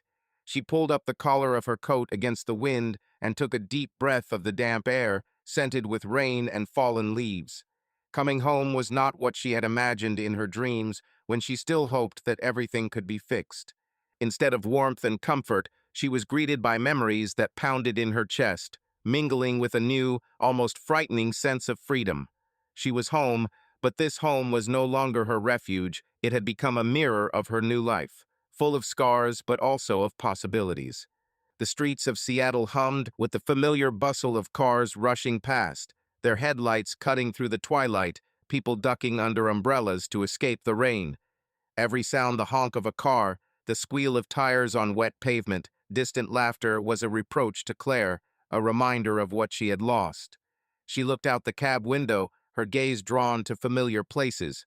The coffee shop where she and Jason liked to sit on weekends, the park where they had walked in the early years of their marriage, the bookstore where he had bought her the novels she read on long winter evenings. It had all seemed so simple then, so right. But now those places were shadows of the past that she could neither return nor erase. The cab pulled up outside the house on the hill, the old brick building where she and Jason had started their life together. Claire stepped out, her boots squelching on the wet pavement as she lugged her suitcase to the front door. She paused on the porch, looking at the familiar facade, and felt her heart tighten. This was where they had laughed, planned for the future, dreamed of children. This was where she had been a wife, a friend, part of something bigger. But now the house was a shell, empty and cold, like her own soul after everything that had happened. Claire opened the door and was greeted by the scent of fallen leaves that drifted into the apartment through the half-open window. She turned off the blinking answering machine, which still held old messages, and set her suitcase against the wall. The apartment was silent, except for the rain pattering against the glass, creating a rhythm that was both calming and unsettling. She walked into the living room, her footsteps echoing in the emptiness. The furniture was the same, but everything felt foreign. The couch where they had watched movies, the table where they had eaten dinner, the photographs on the shelf she hadn't dared put away. One showed them smiling against the ocean their first trip together, before life had gotten complicated. Claire walked over to the bathroom mirror, turned on the light, and looked at her reflection. The woman looking back at her was familiar, but different. Her face was pale, with dark circles under her eyes that spoke of sleepless nights and tears. Light lines around her eyes and mouth appeared, as if traces of her pain and experience. Her lips, once always ready to smile, were now pressed together, but there was still a hint of softness in them. Her eyes, tired but clear, shone with a quiet determination. Grown up, beautiful, alone, stained with memories, but real, she thought, running her fingers over her cheekbones. This was her, Claire, without masks, without pretense, without the need to be someone she was not. She thought of Miami, of the summer that had changed her life. The heat, the smell of the ocean, Ryder's cheeky smile, his touch that had lit a fire in her that had long since died out in her marriage. She had thought that this was freedom, that she was finally alive. But now she saw that it had been an illusion, a fleeting impulse that had cost her everything. She thought of Jason, his pain, his anger, his departure. His letter, cold and final, was still in her bag, a reminder that their marriage was over. "I'm filing for divorce." The words had been a blow, but they had also freed her from illusions. She could no longer cling to the past. Claire walked back into the living room and sat on the sofa, her hands shaking as she pulled the letter out of her bag. She read it over, even though she knew every word by heart. The simplicity of the lines was almost cruel, but there was an honesty to it that she now treasured. Jason had left her no room for hope, and in a strange way, that was right. They both deserved the truth, no matter how painful it was.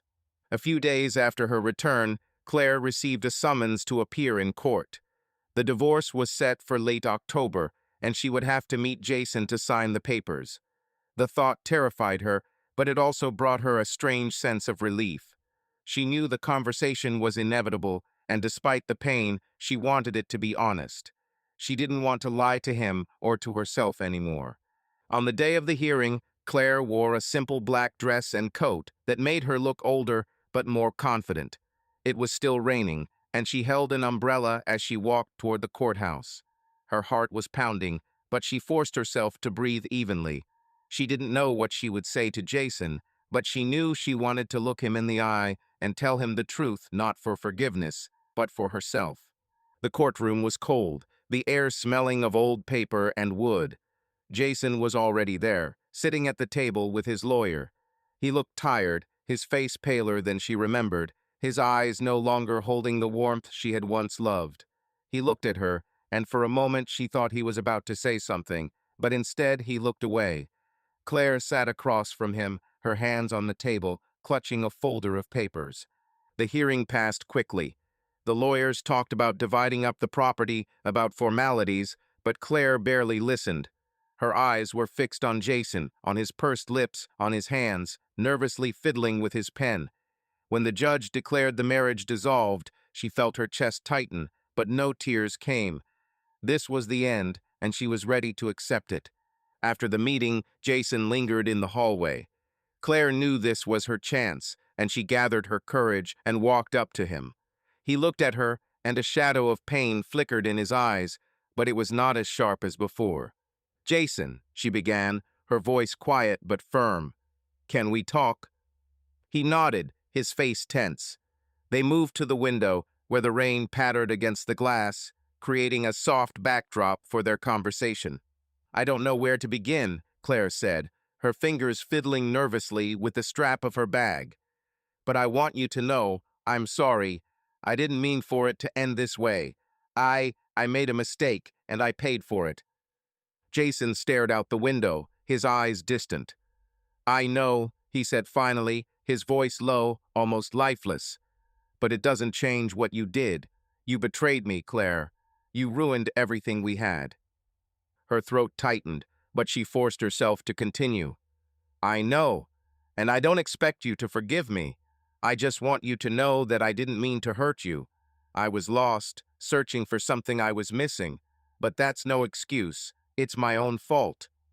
He turned to her, his eyes full of weariness. "Why, Claire?" he asked, and there was so much pain in his voice that she could hardly breathe. "Why didn't you talk to me? Why did you choose him?" Claire swallowed, tears close, but she held on. "I don't know," she answered honestly.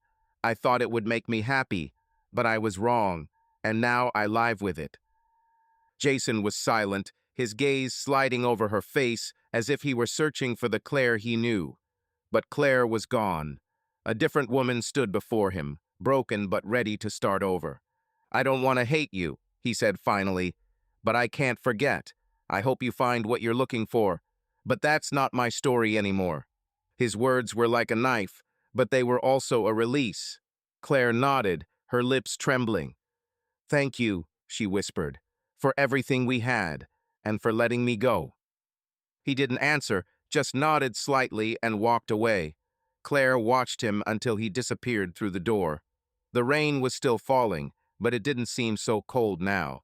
She stepped outside, her umbrella closed, and the rain ran down her face, mixing with the salty tears. It was an end, but it was also a new beginning. Back at home, Claire turned on the light and put the kettle on. She opened the window, letting in the smell of rain, and sat down at the table with a notebook. Her hand shook as she began to write not a letter, not a diary, just the thoughts that swarmed through her head. She wrote about pain, about freedom, about who she wanted to be. This was her first step toward a new life, a life where she would be honest with herself, where she would live for herself. Autumn continued to create its romance outside the window, and now Claire was part of this story. She was no longer afraid of the rain, no longer afraid of loneliness. She was ready for what lay ahead, no matter how difficult the road. Her heart still ached, but there was a spark in it, a spark of hope that promised that everything would be okay. Thank you for listening to the end. If you liked this story, please support it with a like and a comment. It really inspires us to create new episodes. Be sure to subscribe to the channel so you don't miss the next story. It will definitely surprise you. See you soon, and may your life be filled with more good stories. Subscribe to our channel so that your love doesn't cheat on you, and go ahead and listen to the next story, because this story is nothing compared to the next one. If you're under 18, don't even think, click to the next one.